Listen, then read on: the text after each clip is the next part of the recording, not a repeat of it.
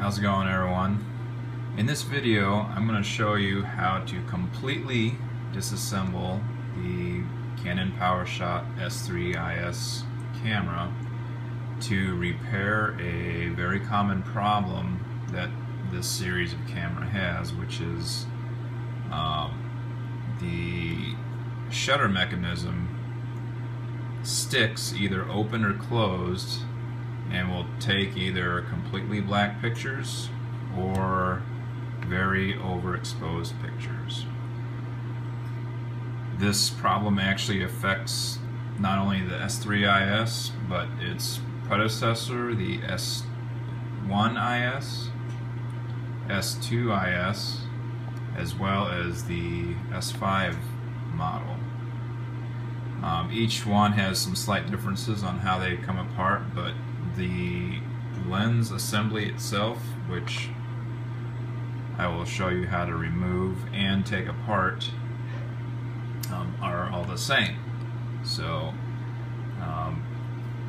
all of the screws on these cameras are Phillips screws, so you'll need a small screwdriver.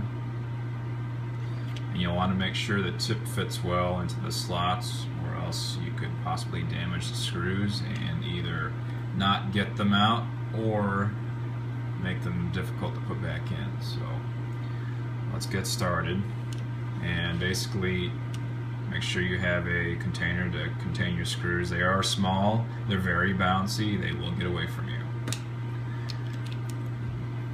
So basically there are 3 different types of screws. All of the exterior screws are going to be, in this case, black, like the rest of the camera.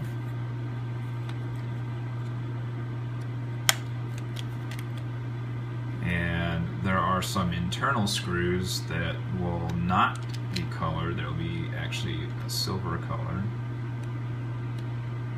which there aren't any to show you right now. I'll point them out later. Also, the screws themselves, there are 2 different types. One is a machine type fine thread screw, and the other type will be a standard screw, which basically goes anywhere where it threads into plastic. The machine screws will thread into metal parts of the camera. So let's get started. So basically the exterior of the camera comes apart in 4 pieces. So you have a side cover, back cover, front, and what I call the button panel. So let's begin. So the side cover is going to have 5 screws.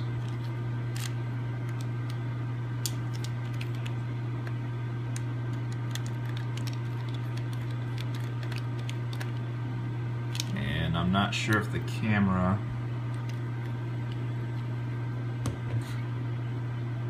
will pick it up. But you can see here that the threads are very fine. And all of the screws on the side cover are going to be the fine thread machine screws.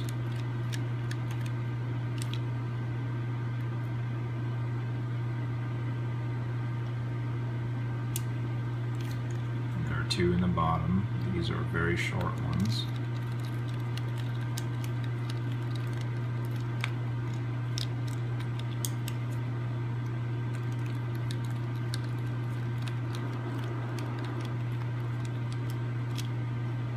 As with anything, take your time and don't rush the job. You can either remove all of the exterior screws at once or do it in sections. I like to take them all out. So these bottom screws are the other type of thread, which looks like the camera's having trouble picking up.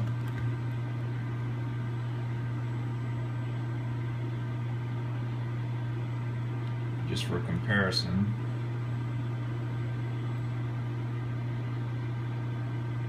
You can see one is a coarser thread, which is this one here. That is for threading into plastic. This fine thread is for threading into metal. So just keep that in mind. If you're putting screws in and you notice that they are not going in easily, there's a good chance you are using the wrong type of screw.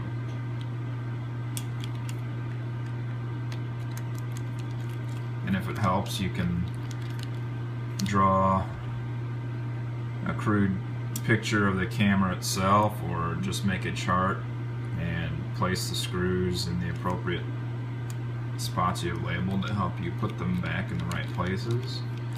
I've done probably thousands of these cameras, so I know exactly where each of the screws go.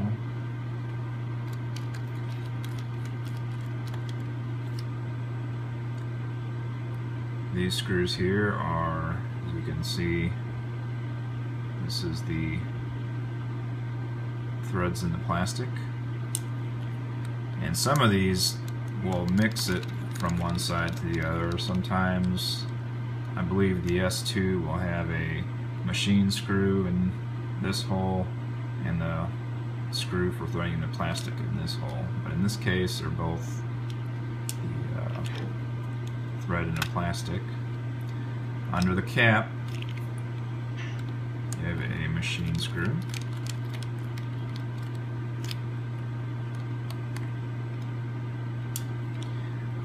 Back cover, there's a machine screw in here.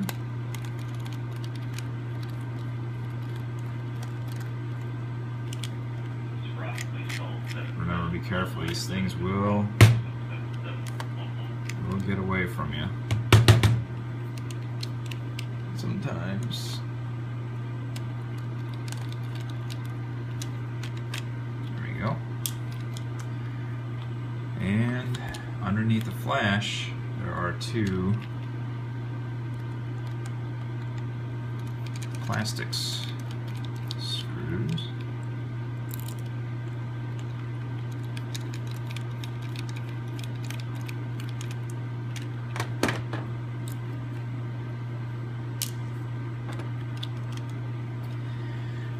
And that should be all of them. So the next thing I want to do is remove the eyepiece rubber, which I just pull up a little bit, it'll pop right off. You can see there's a groove that this piece hooks into. Set that aside. Alright, so now that all the screws are out, we can start removing the covers. So on the side cover, it is hooked over the top here.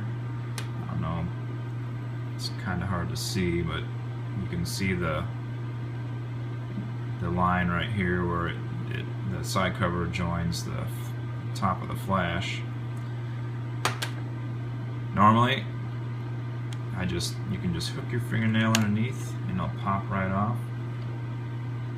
And then just carefully slide it straight out. There's your side cover. Here, I'll just point out, this is your speaker. This is your AV input. And as I mentioned earlier, there's a silver colored screws. These are used throughout the inside. So this one here will have to come out in order to remove the front cover. Go ahead and do that now. Again, this one is a machine threaded screw. Alright, so what you want to do now is take the rear cover off. So just go ahead and open up the display. Open up SD card cover. And same thing thing, just carefully pull it straight out. And there are no cables or anything to worry about at this point. So we'll set that guy aside. And here you have a pretty good view. This is the rear button panel. There's a ribbon cable here, ribbon cable here. This ribbon cable goes up to the top controls. Obviously this ribbon cable goes to the button board. Then in order for us to remove the front cover now, we're going to have to start pulling cables. So there's a cable, ribbon cable here. This runs all the way to the front for these two buttons. You also have this cable here, which leads to the microphone, which is located on both sides up here. So what we're going to have to do is first we got to pull up this shield here, just carefully. It's not too fragile, but it can be torn if you're not careful with it. Go ahead and push that through and out of the way. And so there's usually a piece of tape that holds these cables down, but this one doesn't appear to have held very well. So you might have to peel this back and set it aside. So here is this ribbon cable has a hole where you can place a pick or a pair of tweezers in order to remove it, but you want to be very careful because, as you can see, there are several surface mount components on here that will be very easy to knock off if you're not careful when pulling this cable out. So it slides out very easily, just straight out. There's also your microphone cable that we're going to have to unplug. Again, use a pair of small pliers or tweezers. Just wiggle it out, it'll eventually pop out. If you don't have tools small enough to pull this out, if you're very careful, you can grab all 4 wires as close to the connector as possible with your fingers and pop them out. I've done that in several situations and have never had a wire pull out, but that's not to say that it can't happen. So once that's removed,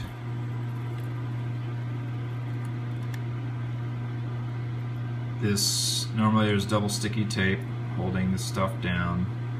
It's normally underneath this hook. It looks like this camera may have been worked on at one time before. So since those are now released, we can carefully remove them from underneath these tabs. Pull that out and clear. Same thing with this ribbon cable. Very, very careful. This is a fragile, easy to tear cable. Now you can see that we're completely free.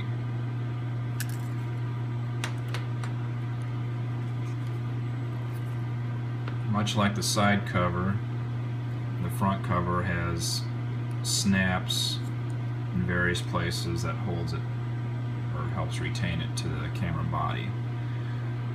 So one spot on this particular cover is right back here. This is fairly easy to, all you have to do is pull it back. Snaps right out. And this one here is a little bit trickier, but not too bad. You have to put pressure right here on the top button panel as you're releasing the side snap. Here we go. Let's press down and it pops right out. Carefully straight out. There you have it. Here you can see this is the lens release mechanism.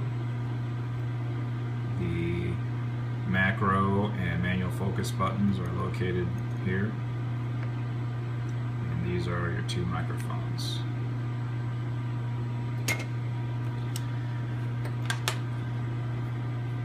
So the last piece of the exterior is the top button panel. And you'll see there is another ribbon cable. I like to use my spudger, but a fingernail works just as well. You'll need to get underneath this retainer here. This is basically puts pressure on the pins that keeps the cable in place. Even, pop it right off. Again, very carefully unplug the cable. And your two screws on this button board. One screw here, another screw here. And both of these are threaded into plastic, so you know which screws those are.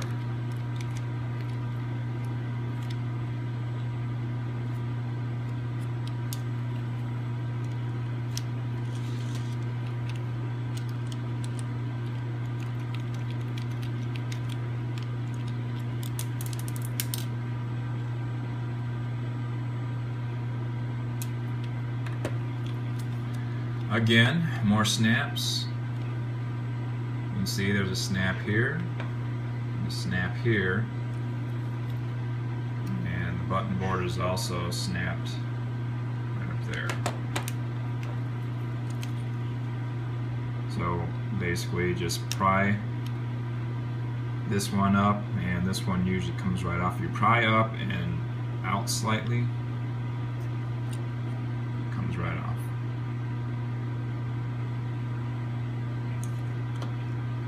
Alright, so there's the power supply board. I'll just point out that there's a very tiny fuse here and a fuse here that rarely but sometimes can blow for various reasons. Now the next thing we're going to remove is this button board, back button board. 1, 2, 3, 4 screws. And these are all going to be threaded machine screws.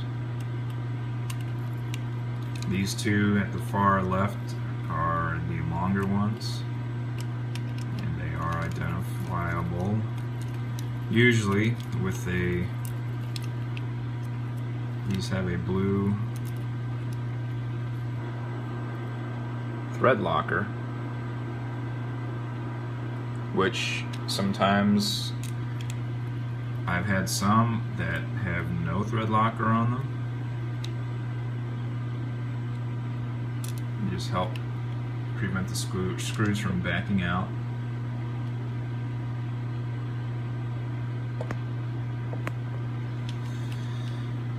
And this bottom one is one of the shortest screws in this camera.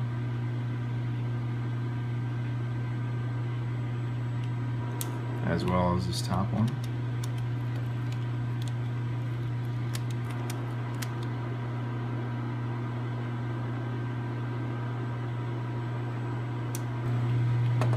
You can see here, this has the same type of retainer as the top button board. So very carefully pry it up.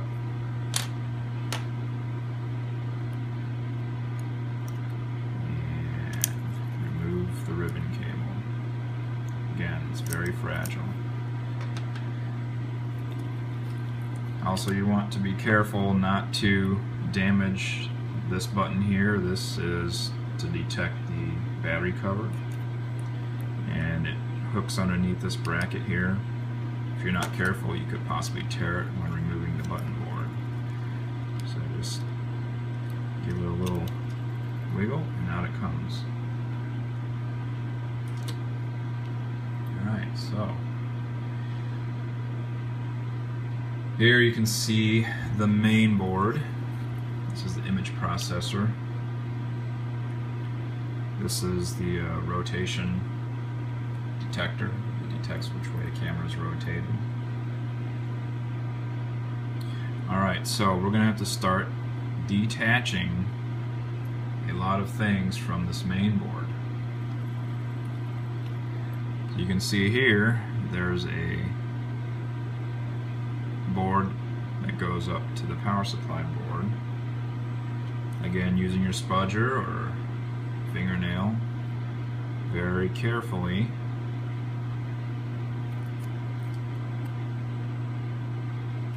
Pry this board up.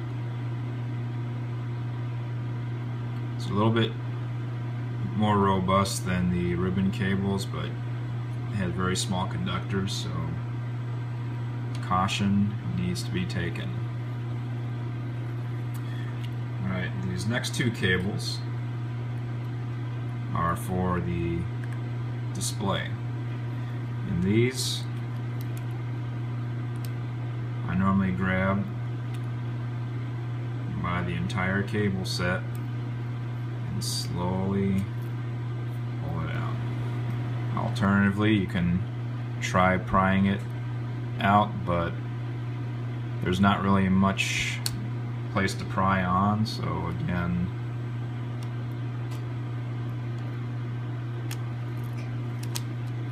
just unplug it in my hand.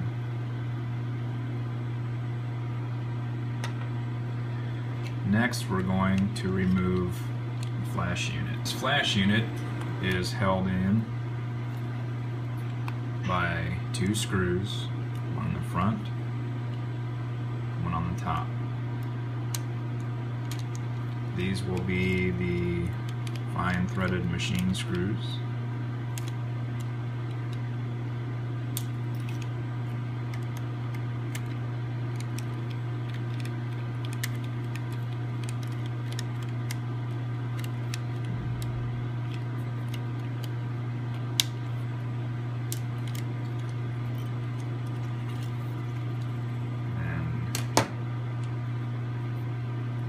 This connector here is similar to this one.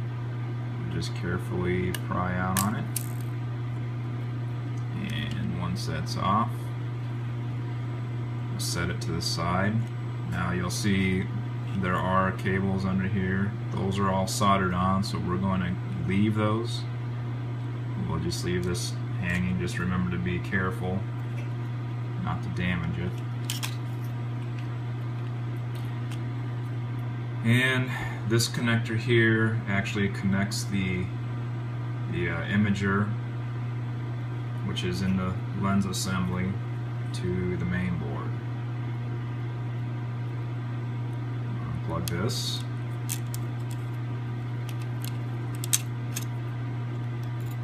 You can see very small connectors, so extreme caution. Alright, next we have a speaker connector here.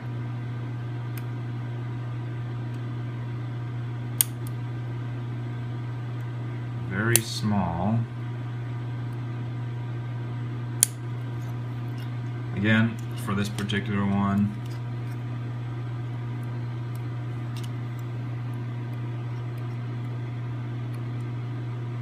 I like to pull it by the cables.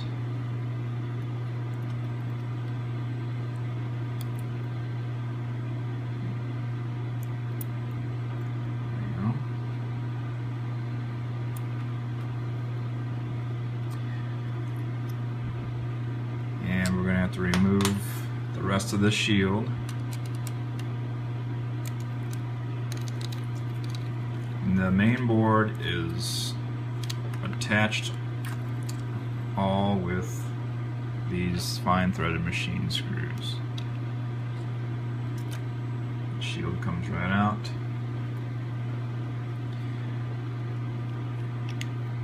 And here we have another set of connectors, which this one is a little bit different than the rest of them. The clamps, these are the release. This is on the clamp, and then it runs behind this cable. So you basically just push up on these releases, then pop the cable out.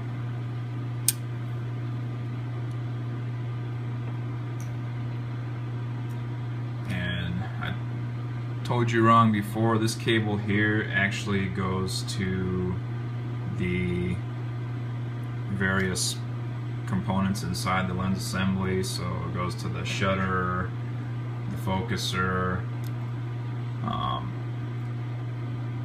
basically all the electrical parts within. This cable here is the actual imager cable, image sensor, the CCD. Alright, so with that said, let's continue removing the screws for the main board.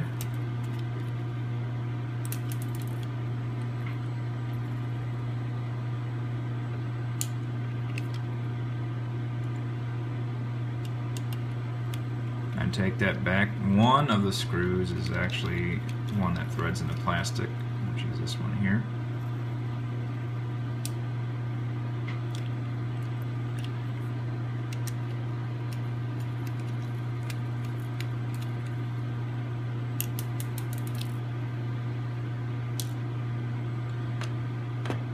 Alright, so now, and this is extremely important, I have a discharge station here which I use to discharge static electricity, but it is highly encouraged, if you don't have a static strap or a static discharge mat, that you touch a metal object, preferably one that you know is grounded to earth, so you don't damage this board with static electricity. So all it takes is one zap and you have a no longer functioning camera.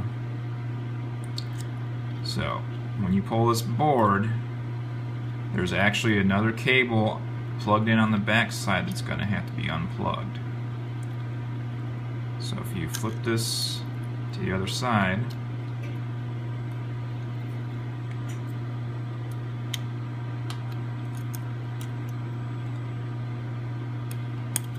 pull that guy out.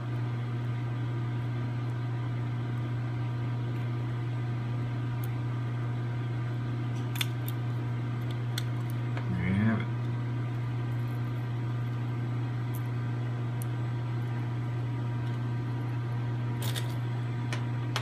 Alright, so now you can see here the lens assembly is held in by 1, 2, 3, 4 screws.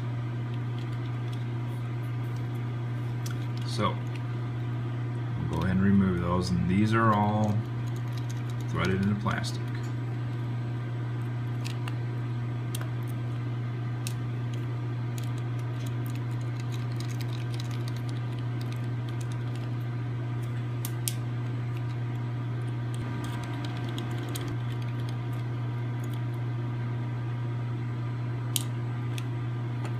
Actually, looks like that was just 3 screws. So 1, 2, 3 screws. Alright, so now this lens assembly is ready to come out. A trick here, this is the threaded camera mount. You need to get past that, which there's a certain way to pull this out. You may need to slightly pull this side up.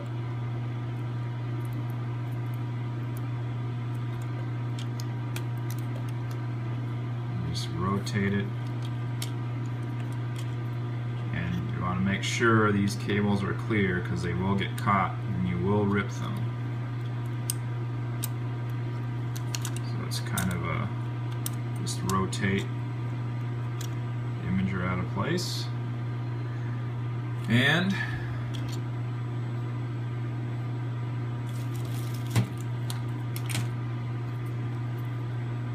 our lens assembly out.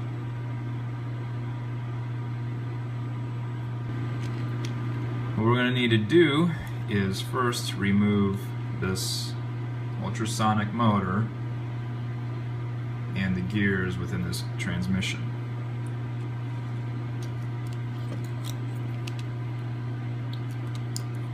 What you have to do is pop this cable.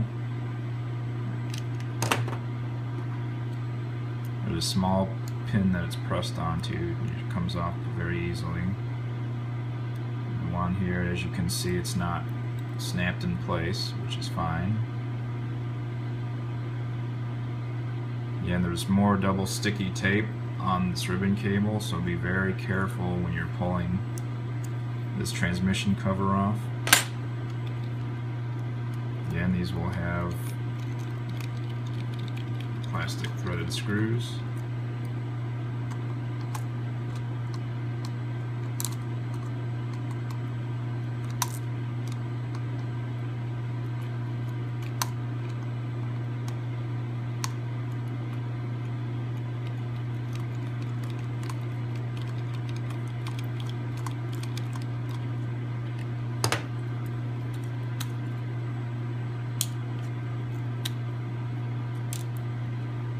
Alright, so now we're ready to remove the cover.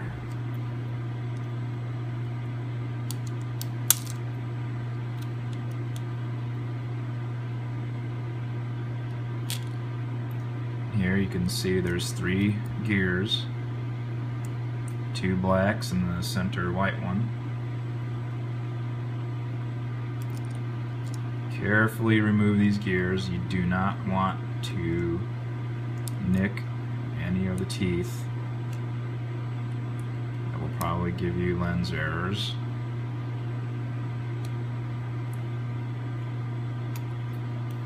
Alright, now we're going to remove this tape carefully.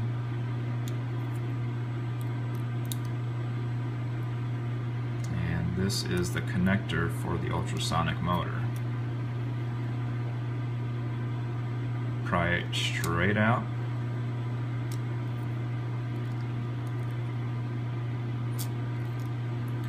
And once that's out, ultrasonic motor has 2 screws holding it in. Again, these are going to be the plastic screws that thread into the plastic.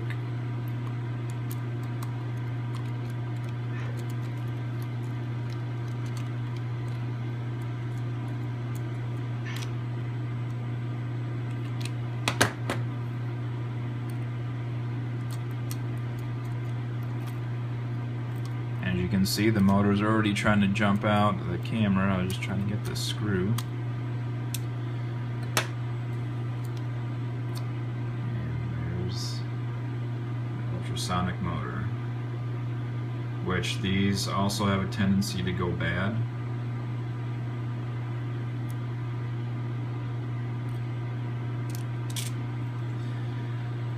Alright, so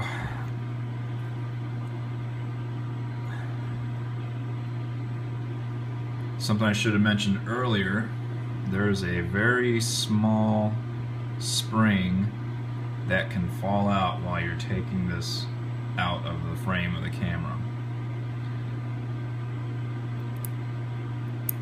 Very carefully pull it out and set it aside with your parts.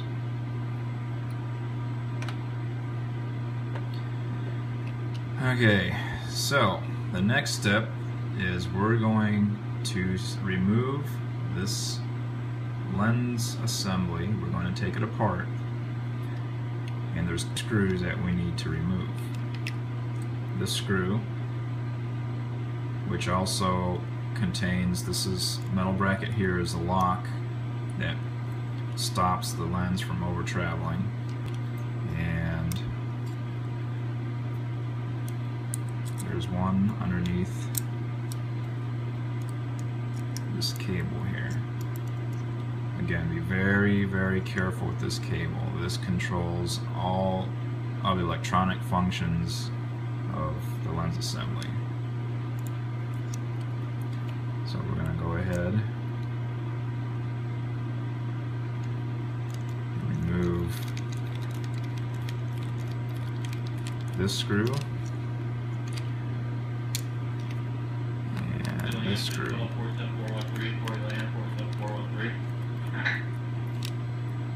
Now at this point, you only want to remove the 2 screws that I'm showing you here. If you take all 3 out, this whole assembly is going to try to come apart on you. It's probably going to tear some ribbon cables, and you'll probably never get it back together and working.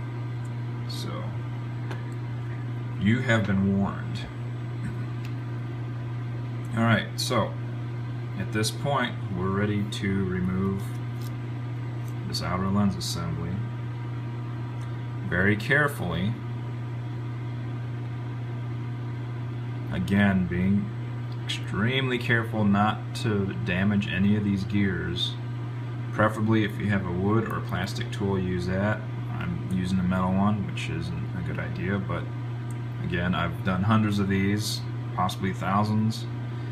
So what we're going to want to do is rotate this gear set to get the lens coming out, just like this. This barrel does have a light lubricant on it, so as much as possible try not to touch it and wipe off the lubricant. As you can see here, there are tracks that pins right in. They're guide pins, and you can see the back sides of them here. And what we need to do is rotate this. He'll get to a spot where the lens, this outer barrel, stops moving out.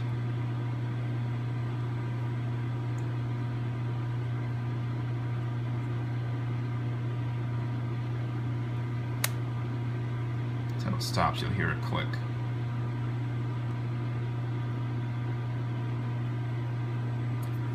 Now if you rotate it, you'll see this access window here. Slowly, carefully pull this lens straight out.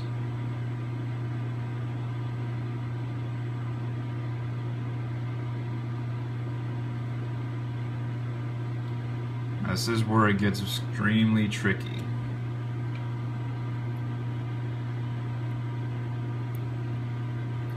This inner lens right here, that this shaft goes to this lens you can see in here,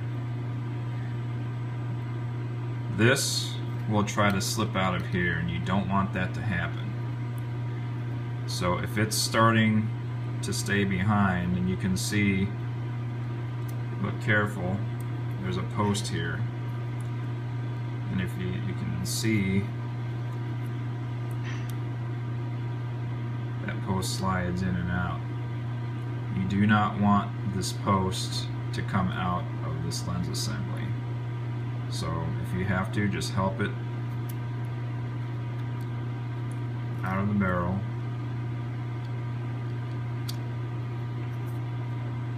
And set it aside. And preferably lay it on its side. You don't want to lay it on its end because that'll allow dust to collect on your lens.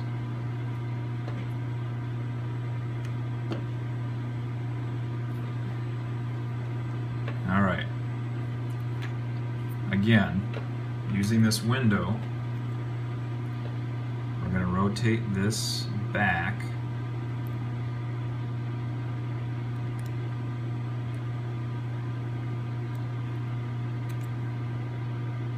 Keep going until you see this pin. Actually, it'll stop at that point. You're going to want to remove this pin. It just slides right out. It can be difficult to get a hold of.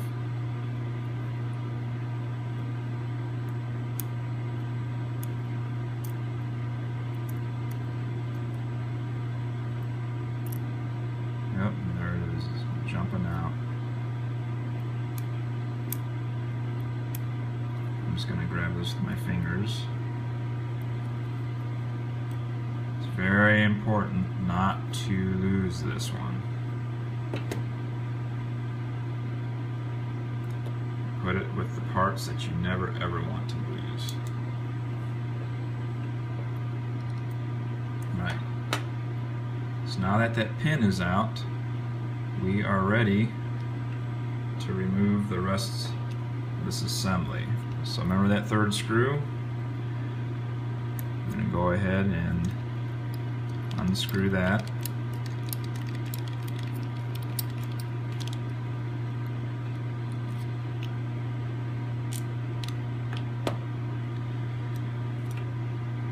I'm going to turn everything back over and very carefully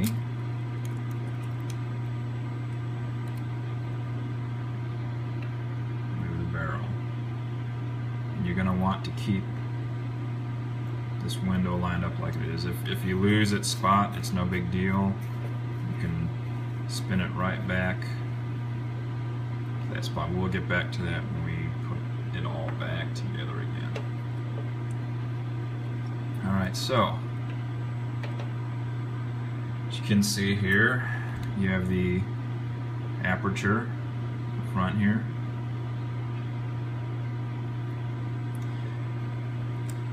And we have several posts here that the assemblies slide on, these guides. And what we want to do is this tallest guide here, we're going to carefully pull it out.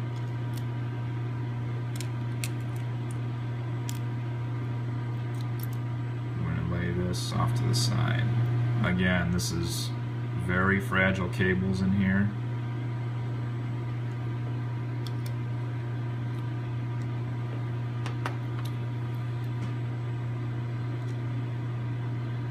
And that's as far down as we need to go. And looking on the back side of this, you can see our SICK shutter.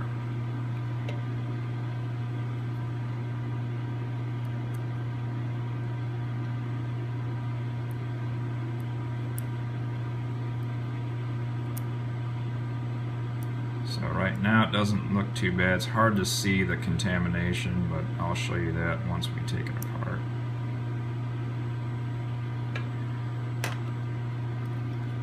Now, when we take this case apart, not only are you going to have access to the shutter, but you'll have access to the aperture blades.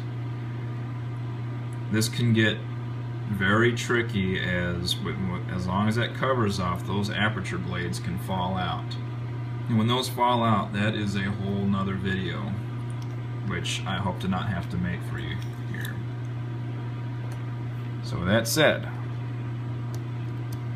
remove this one screw. This is a very small screw threaded into plastic.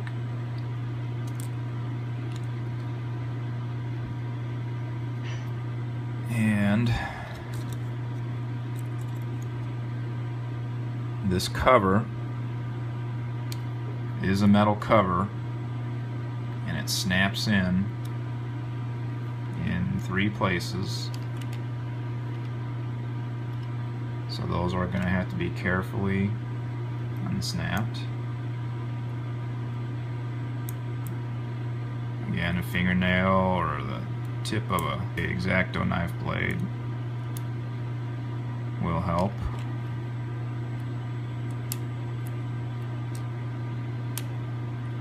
Alright. So we'll just carefully lift this off. Let's see if we can see the contamination on here. Yep, see the shiny spots? That's some of the oil that's basically melted and leaked out onto the internal parts. Here you can see the two blades of the shutter.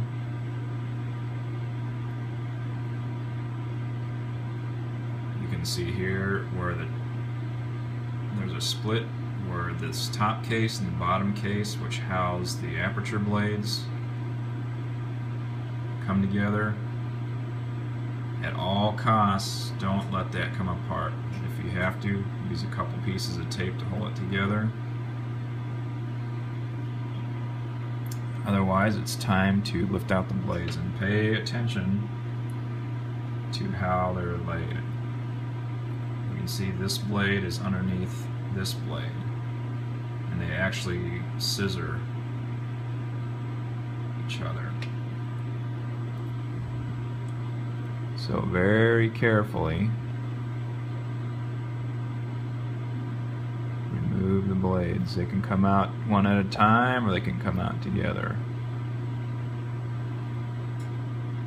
So here's the top blade. You can see there's contamination on that side. Contamination on this side.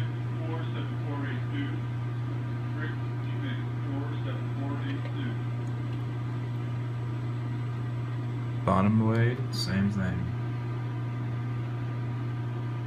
Lots of oil contamination.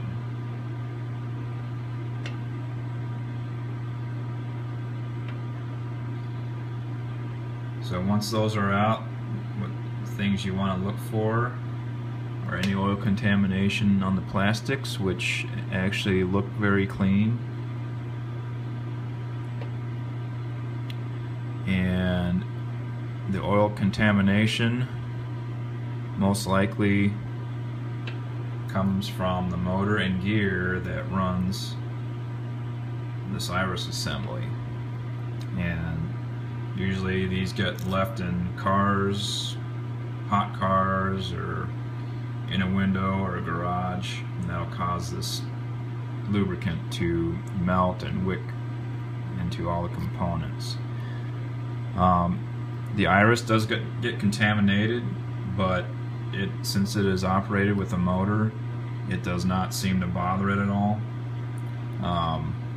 The shutter is operated with an electromagnet, which doesn't have a lot of force, so just the slightest bit of contamination will cause the blades to stick together, or sometimes they stick open also.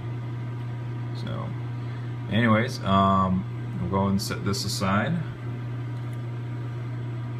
Again, being careful not to let any of the pieces, the halves, fall apart, otherwise you're going to have a great time putting the IRIS back together. Alright, so for cleaning, I prefer to use isopropyl alcohol. It should be 91%. Anything less is going to have a higher moisture content and could possibly leave water spots and such behind. So 91% or higher is what I recommend. For cleaning, cotton swab is what I use.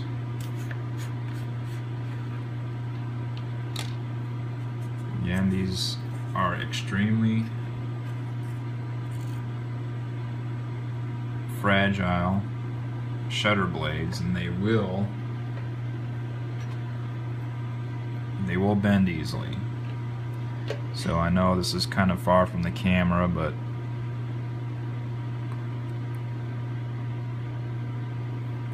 when you clean these, you only want to clean in one direction.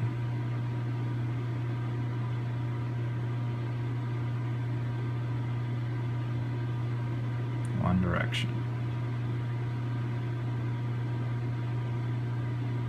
If you do a swabbing motion, you could possibly bend or fold the shutter, and then it will never work properly again.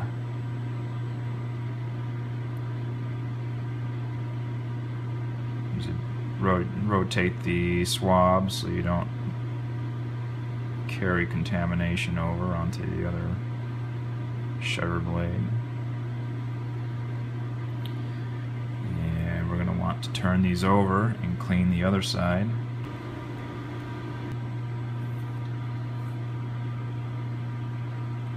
Obviously you don't want to handle these with your bare fingers, since, as you know, our fingers have oils on them as well.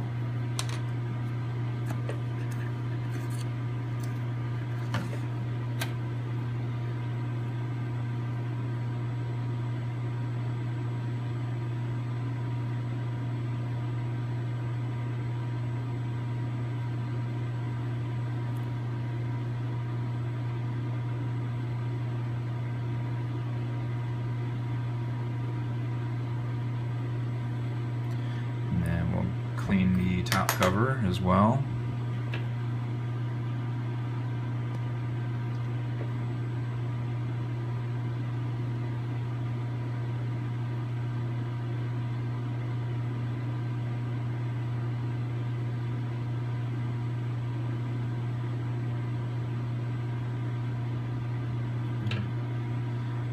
So you can see the oil contamination off. There are some shiny spots here. That's kind of the water spouts I was telling you about. This is an old bottle of alcohol. I need to get a new one. But it'll have a little bit of residue on it, but it's not oil like that was on there before.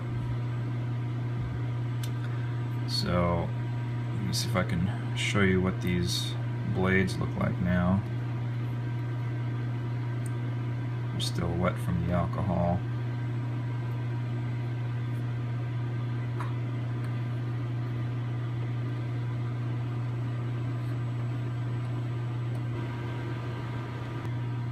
And so as you can see, the blade is nice and clean.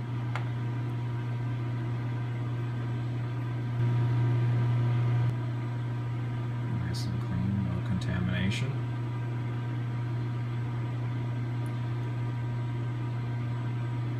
And we're ready to go back together. Alright, so now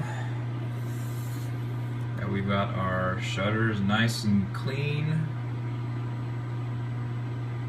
and all the contamination cleaned off our parts, we're ready to start putting things back together. Now again, we have to be careful not to separate the halves of this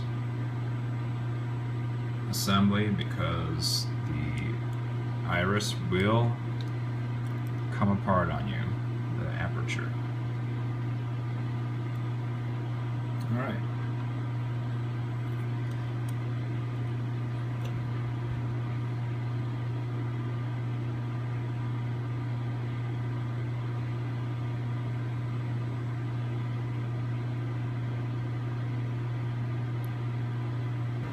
What I'm trying to do here is get this first shutter blade on these two pegs.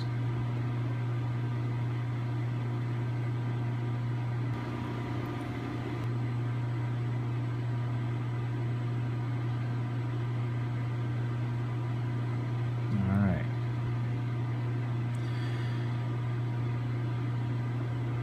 Then this next shutter will go on this peg and the center peg. Is the idea.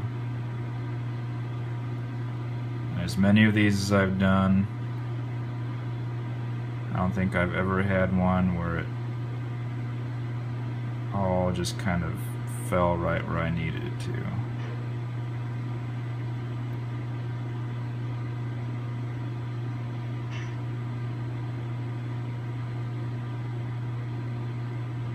Okay, so our shutter blades are in place.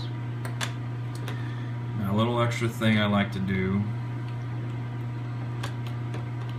is put a little bit of sealant. What I use is just a silicone RTV.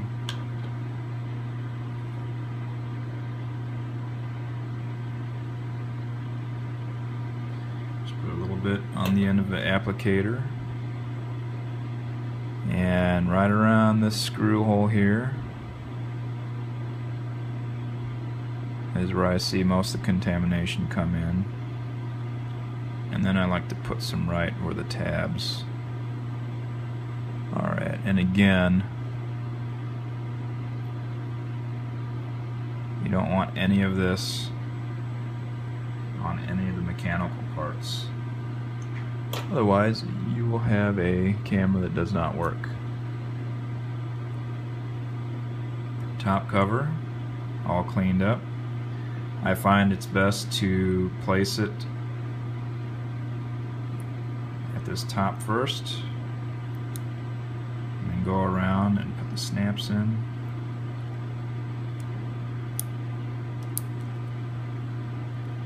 All good clicks. And before you screw it down, you can just make sure the shutter is operating freely.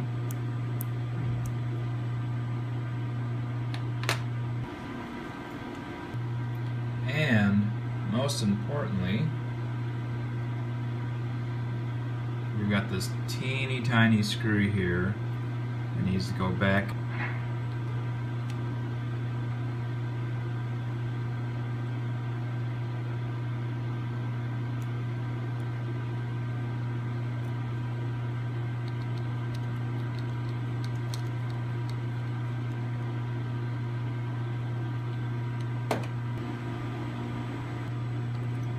Make sure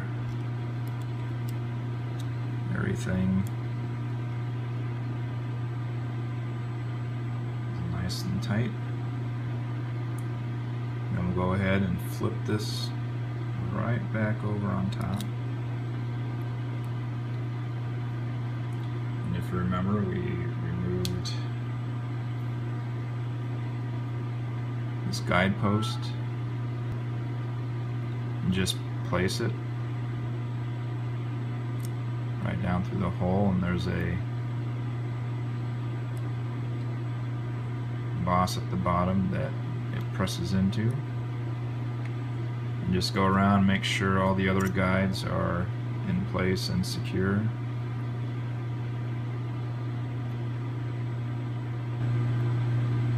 Alright, so once you've made sure all your pins and all your guides are in and straight, especially the image stabilizer, make sure it's on its track on both sides. We're going to be ready to slide the outer shell on, and if everything's lined up properly, it should just pop right on.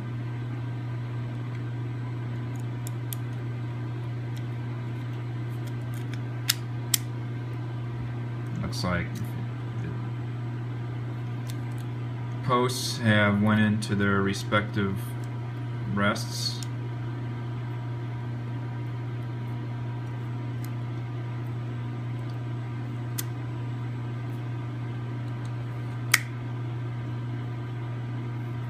Same thing on this side, a little harder to see on this side.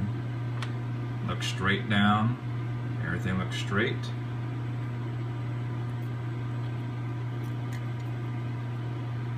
Our slots are still lined up. Now let's put one of our screws back in. And remember, these are screws that thread the plastic.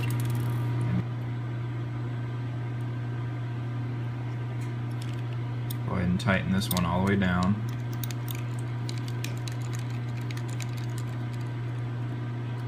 Once you're there,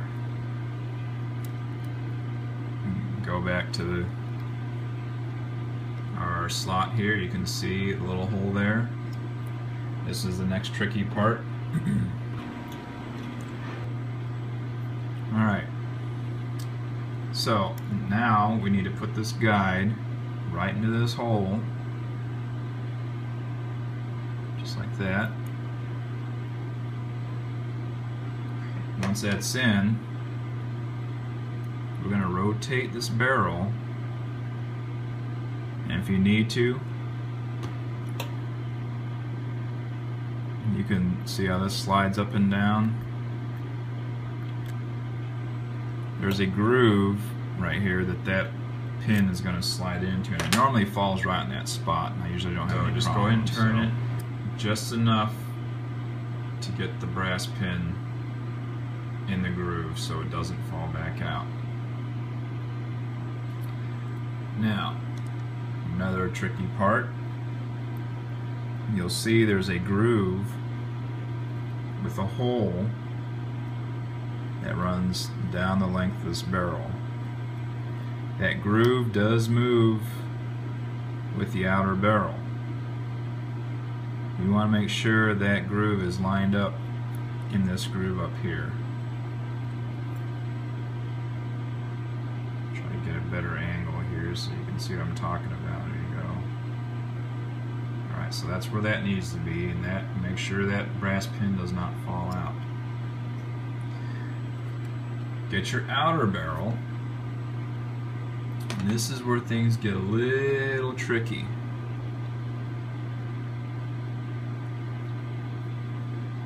So this shaft here with this guide pin slides on this guide, as you can see here. Now what we need to do is remove this lens assembly. You don't want to just pull this out. Big warning. Because what we have, there is a tension ball with a spring behind it, right in here. If you pull this assembly out, that ball and that spring, I promise you about 99% that you will never find them again. So with that said, when we pull this lens out, you need to make sure and have your finger or a piece of tape over that hole so the ball and spring does not go flying off.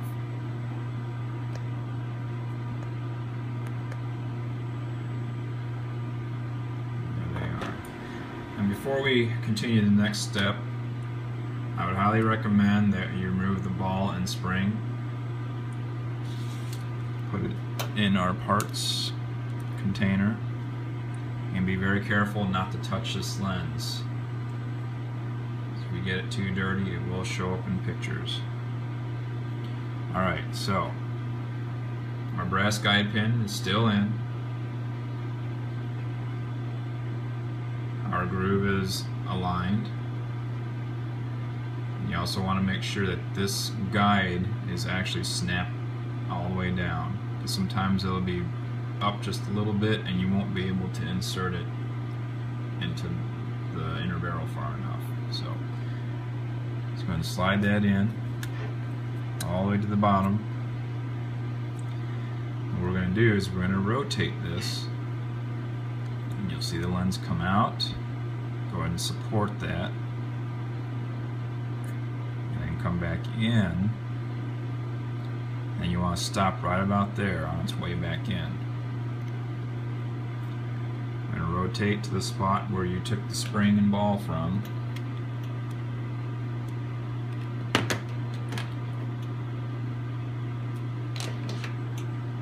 Replace the spring.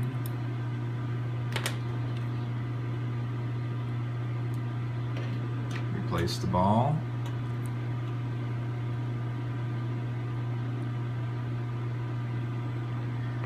Alright, this is where the tricky part comes in. We're going to need to place this guide rail back into this lens at the same time while pressing this ball and spring assembly down. So, this requires a little bit of dexterity.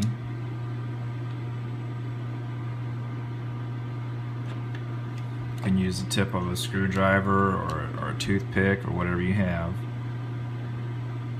And press that ball down. Slide that guide rod right through it.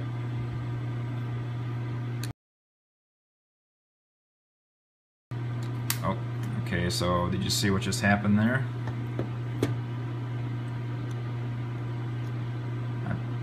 Pulled the guide rod out from the spring and the ball went flying. Alright, so I have actually recovered the spring and ball. just went flying. Hope you all enjoyed that.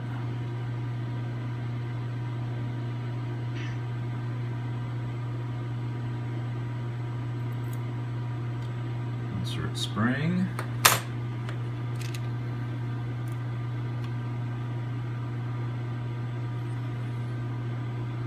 I'm not gonna try to make too many excuses, but it's been a little while since I've done repair on this particular model.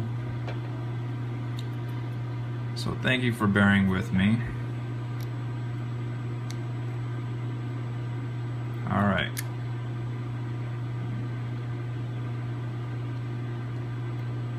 So let's try this one more time. Carefully press down the ball.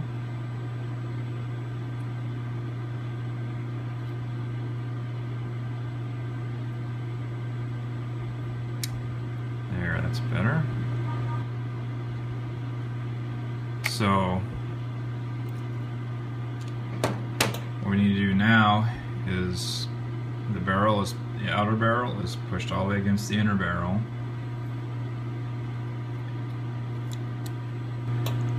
We're going to want to turn the inner barrel, excuse me,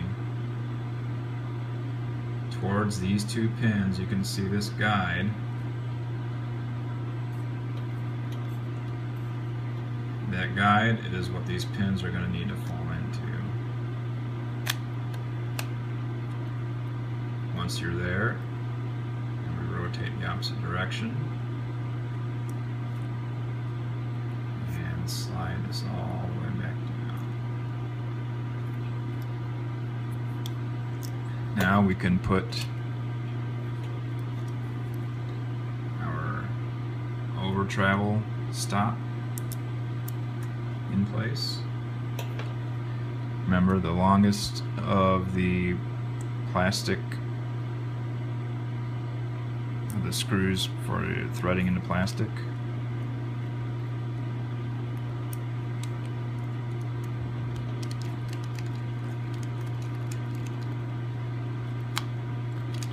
And the other one behind the cable.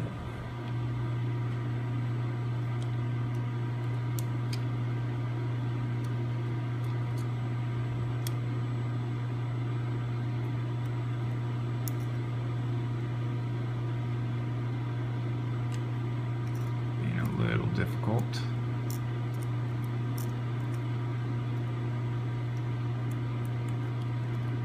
And these don't need to be super tight.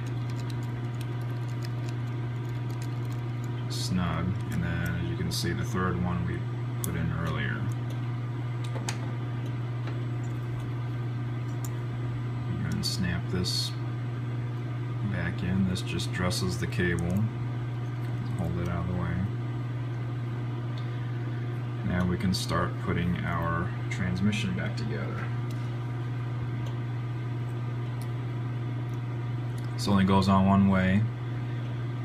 Just note there's a rubber insulator that sometimes comes off on the motor instead of staying behind, and sometimes it falls out.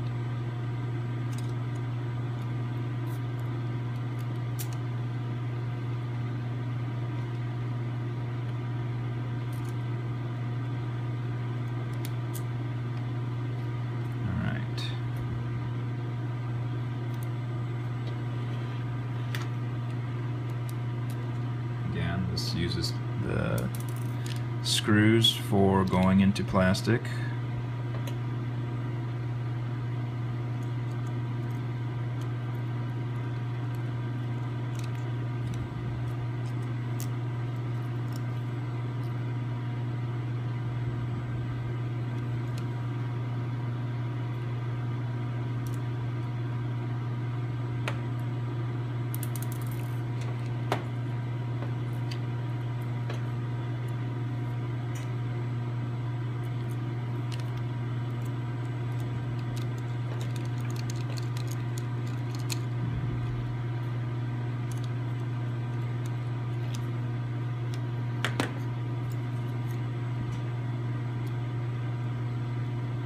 plug in the connector.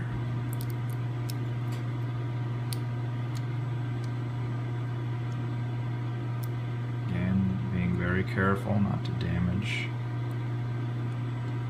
ribbon cable.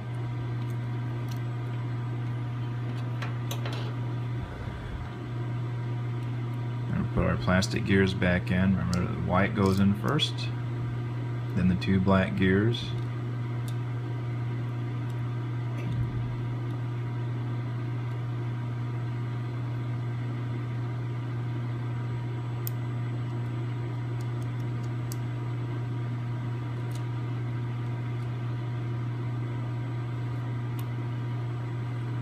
This particular one, the smaller inner gear goes down.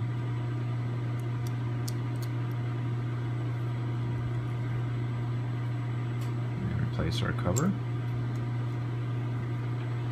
Again, two more plastic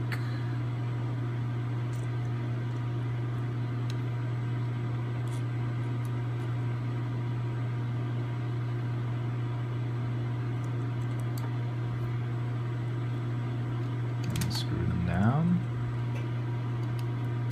Just snug, not overly tight.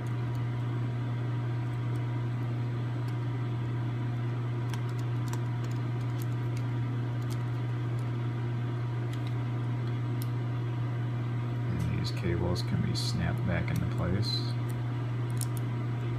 Let's put the tape back down. And lens assembly is complete. Now we get to put everything back together again.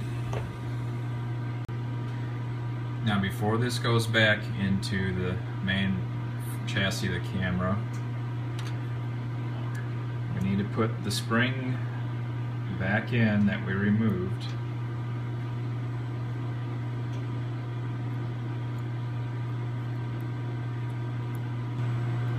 Alright, so now we're going to grab the chassis. We're going to keep the lens pointed down so our spring doesn't fall out. And basically what we're going to do is we need to hook the lens behind this camera mount.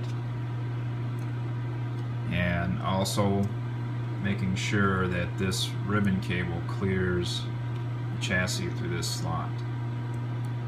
So requires a little bit of dexterity.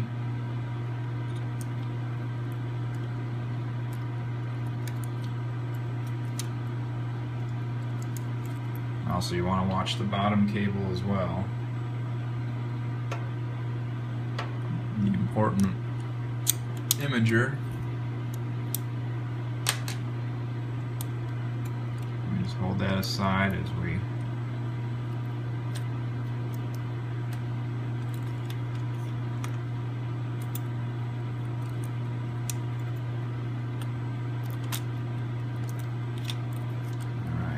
So our cables are both free. Our spring is still installed, and we are ready. So there's also alignment pins here.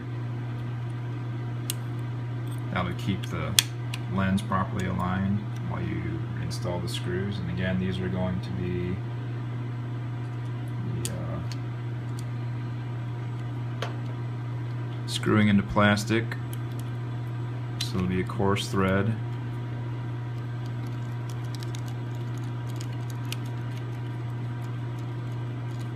Again, snug but not overly tight.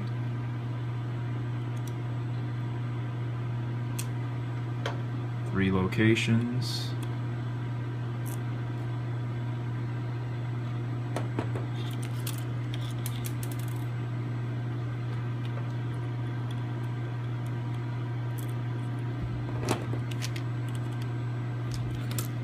This one's giving me a little bit of trouble. Bear with me here.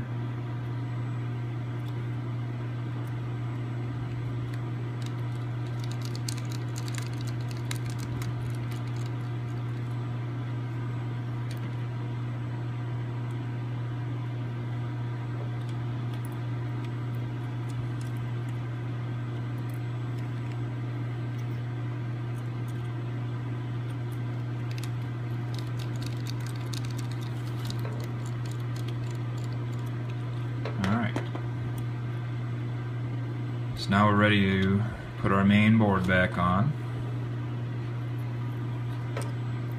Remember, we have one connector on the back side that's going to need to be plugged back in.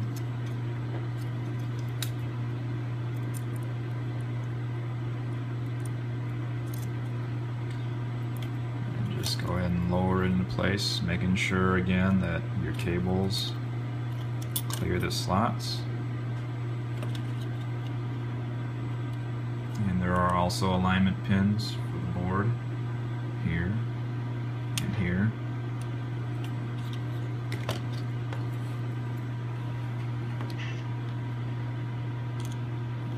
And the very edge here is the one screw that screws into the plastic.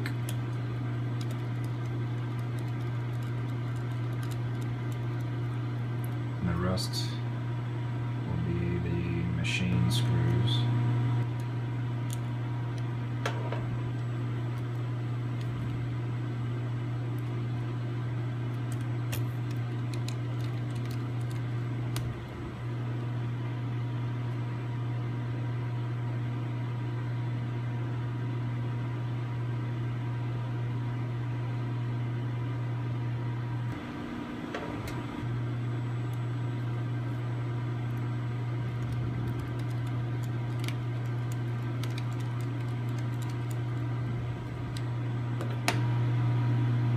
Alright, now we'll go ahead and reinsert our ribbon cables. So again, make sure this blue latch is pulled towards the top, which means it's loose. And carefully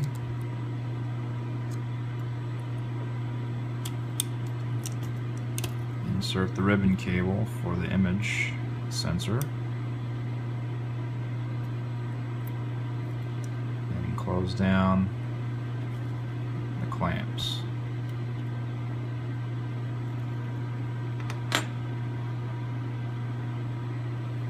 At this point, we can also reconnect this cable. We can reattach our shield.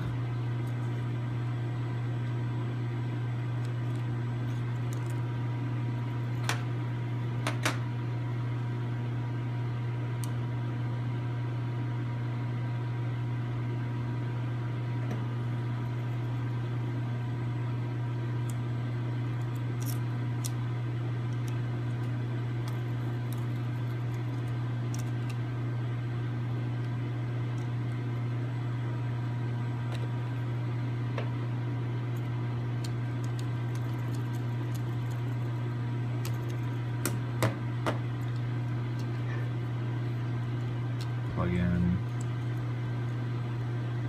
LCD connectors.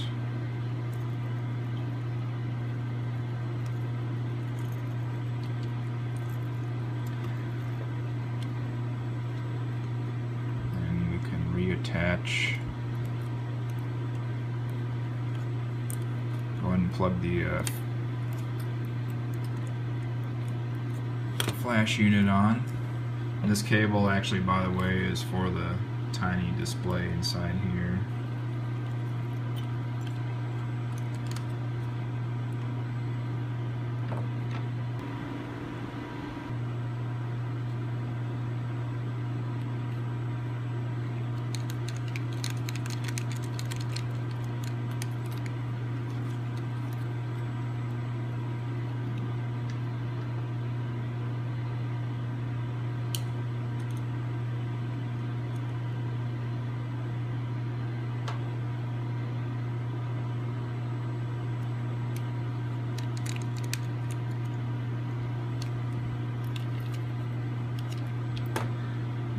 Close this connector. And also plug in our microphone. I'm sorry, our speaker.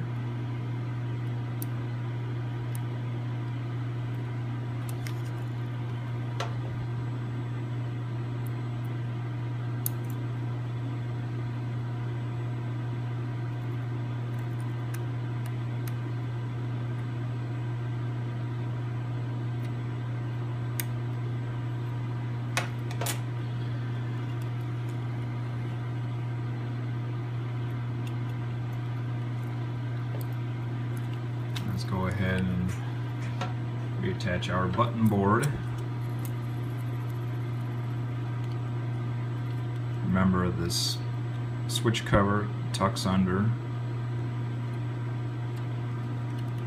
It can be a little bit tricky.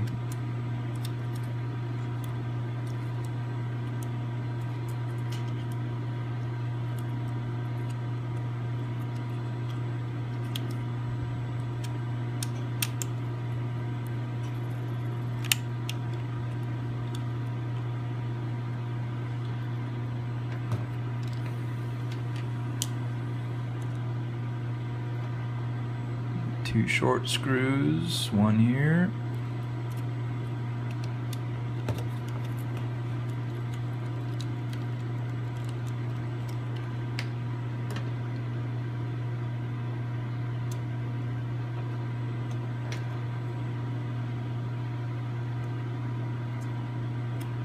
One here.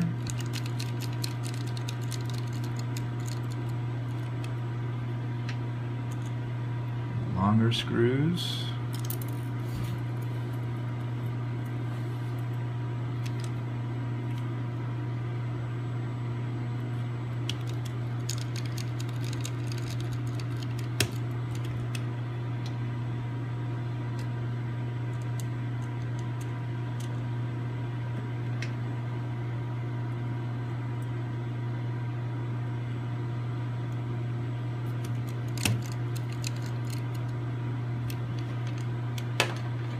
Go ahead and plug the cable in for a button board. Again, make sure this flap is open. Slide it in, close the clamp.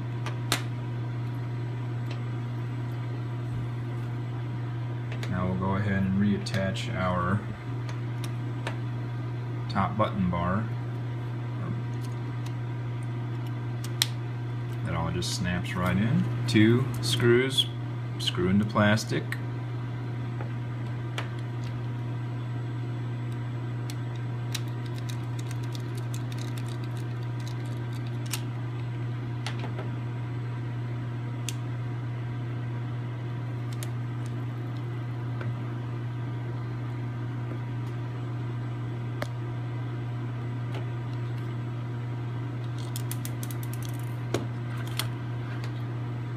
And as you can see here, it really helps to have a magnetic tip screwdriver.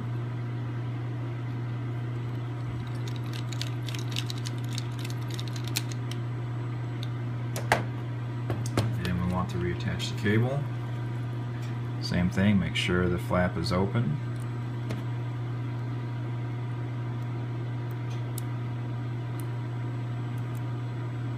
Slide the cable in securely.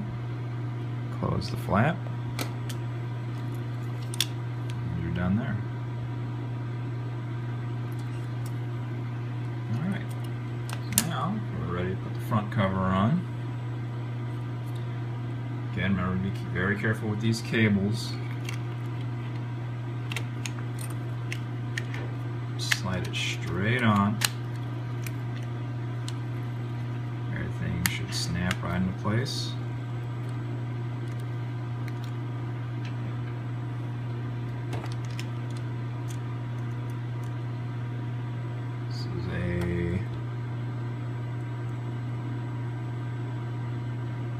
Last silver screw.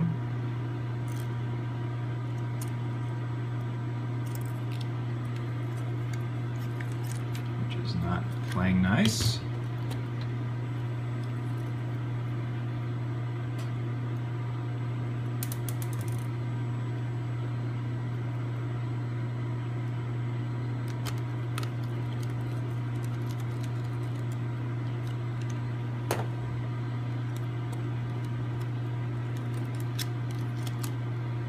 And you'll want to tuck these cables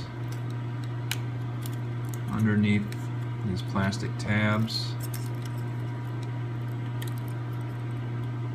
Again, be very cautious that you don't damage any of the cables.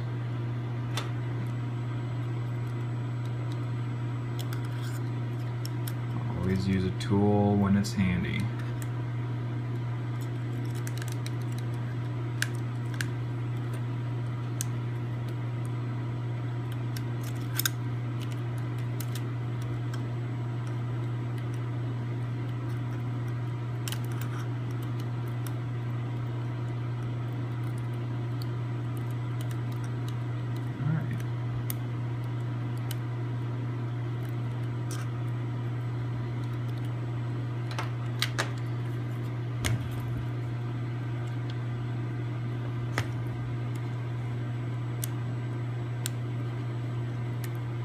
Slide the shield back over the cables onto the clips.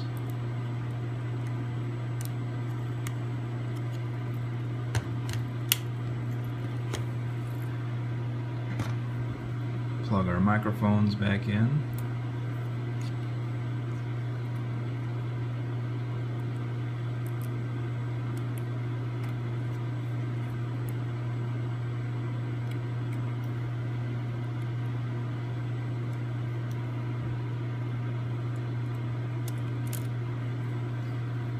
Plug our function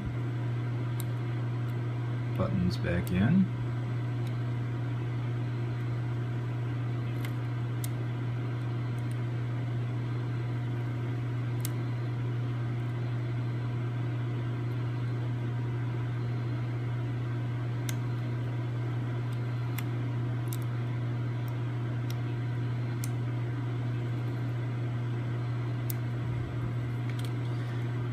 Sometimes it's easier to use the hands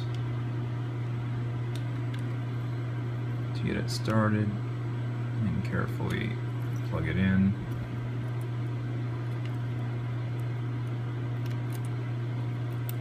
And actually, that piece of tape that we took off earlier, you can use that to help secure some of these cables down. It's not as sticky as it once was, but alright, now we're ready to put our rear cover back on.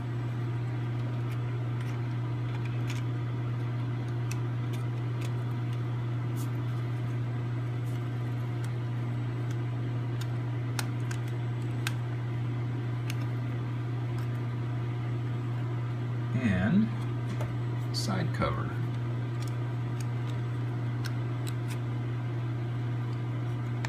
Something to point out here, a lot of times these cameras get dropped and this strap bracket will bend, which makes it hard to take this piece off and on. That can easily be straightened with a pair of pliers to help facilitate removal and replacement. So now that our covers are all back on, we can go ahead and start putting in our finishing screws. So we'll start with this one here. These get 2 short machine screws.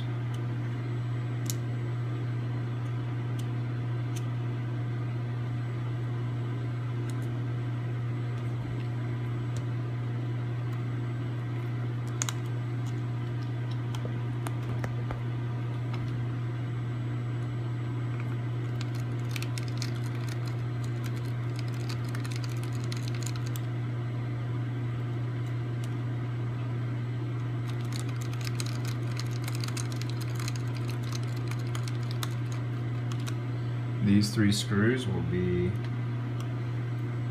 threaded into plastic.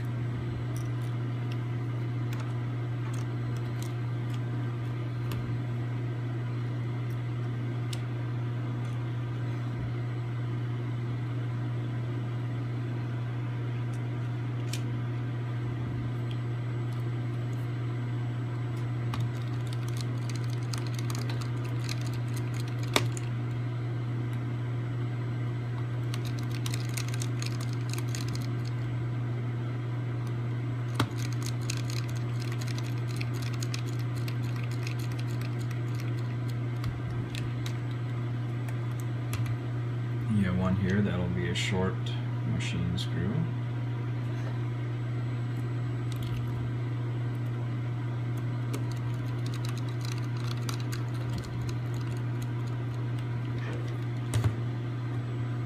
We have the two on the sides that will be threaded into plastic.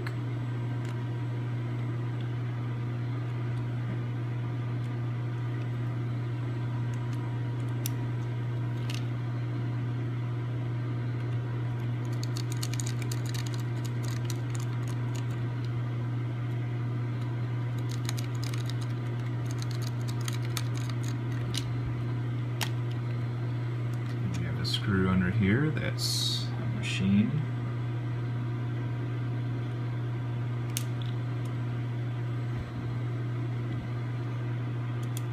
Actually, I will come back to that one. We got two more screws on top here. They'll be threaded into plastic.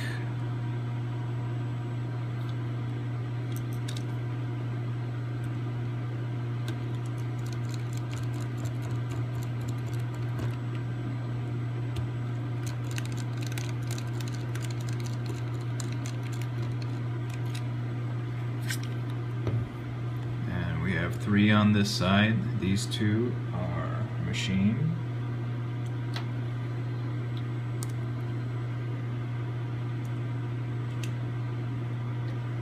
As well as the top one.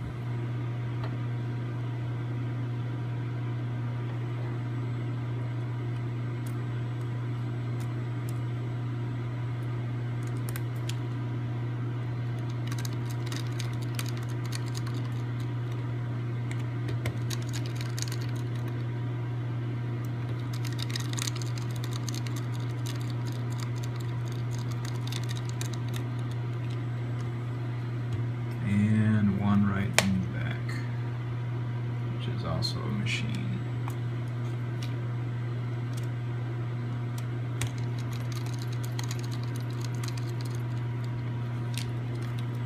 And getting back to this one, this will be a machine. Last but not least is the viewfinder, which can be sort of tricky to put on in some cases, but it's pretty basic. You can see there's a groove all the way around the inside that fits into this groove here.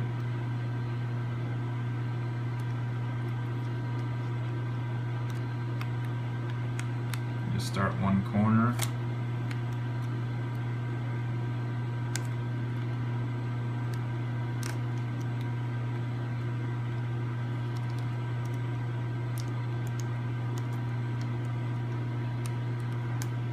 Work your way around.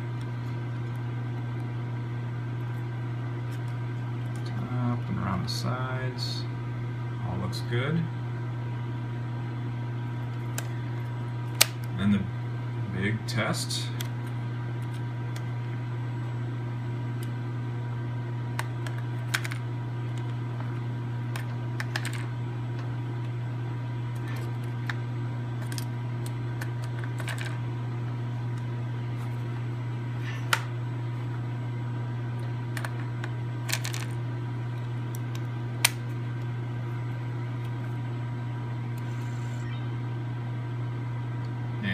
Since we've had it apart, you're going to get this screen where you're going to have to set all your settings, but we'll just cancel out of that, and voila. Remove shutter.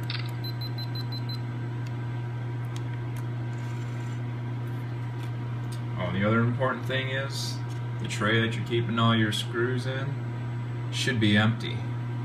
If it's not, you're gonna have to start this video all over again. So, at any rate, I hope this has helped. A lot of folks out there do this on their own. It can be complicated. Just take your time. If you have any questions, just leave a comment down below. Or if all else fails and you cannot get it back together, there's a place called bsod Powershot Repair, which I'll put that in the description also. It's at www.bsodpowershotrepair.com, and they actually have you send these to them, and they'll do the exact thing that I'm doing here, and once the repair is completed, they'll send it back to you working. So anyways, hope you enjoyed, and see you for the next repair.